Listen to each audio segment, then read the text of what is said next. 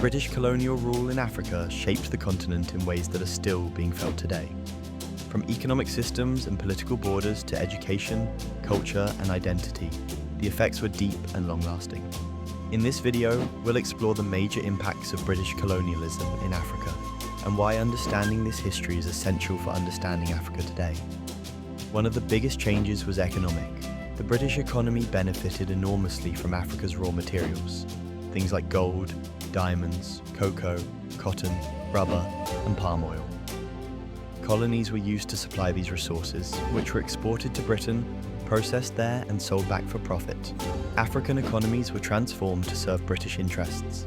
Large-scale agriculture replaced subsistence farming, and in many areas, Africans were forced to work in mines or on plantations under harsh conditions, sometimes through direct forced labour or indirect systems like high colonial taxes.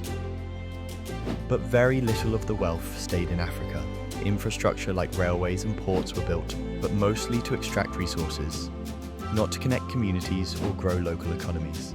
This laid the foundation for long-term economic dependence and underdevelopment that many African nations struggled with after independence.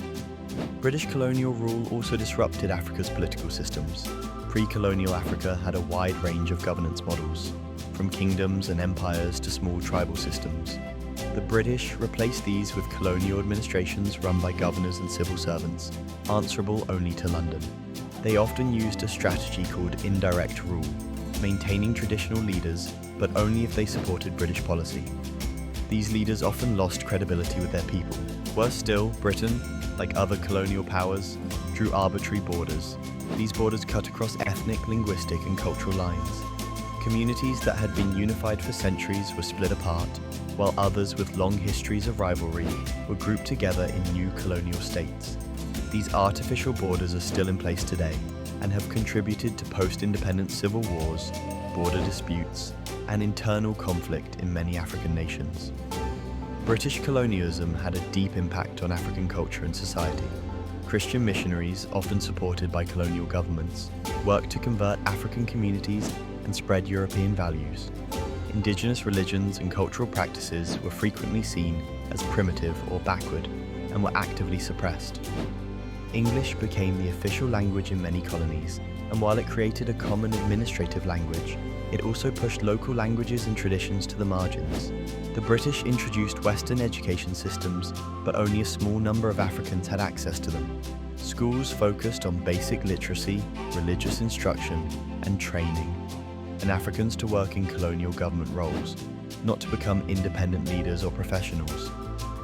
This meant that when independence came, many countries lacked a large, well-educated middle class, ready to govern. Yes, the British did introduce railways, telegraphs, roads, and modern administration, but these developments served the empire's goals, not the local population. Transport systems were built to move resources to ports, not to link up African communities.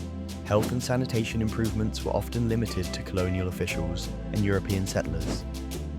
In many regions, investment in education, health, and development was minimal and unevenly distributed between colonies.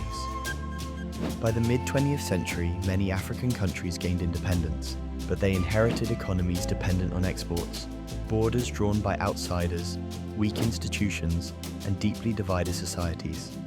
Some countries, like Ghana and Kenya, have managed to build stable governments and grow economically, but others have struggled with corruption, conflict, and inequality. The legacy of colonial rule is complex and not all negative, but the lasting damage to political structures, economies, and cultures cannot be ignored.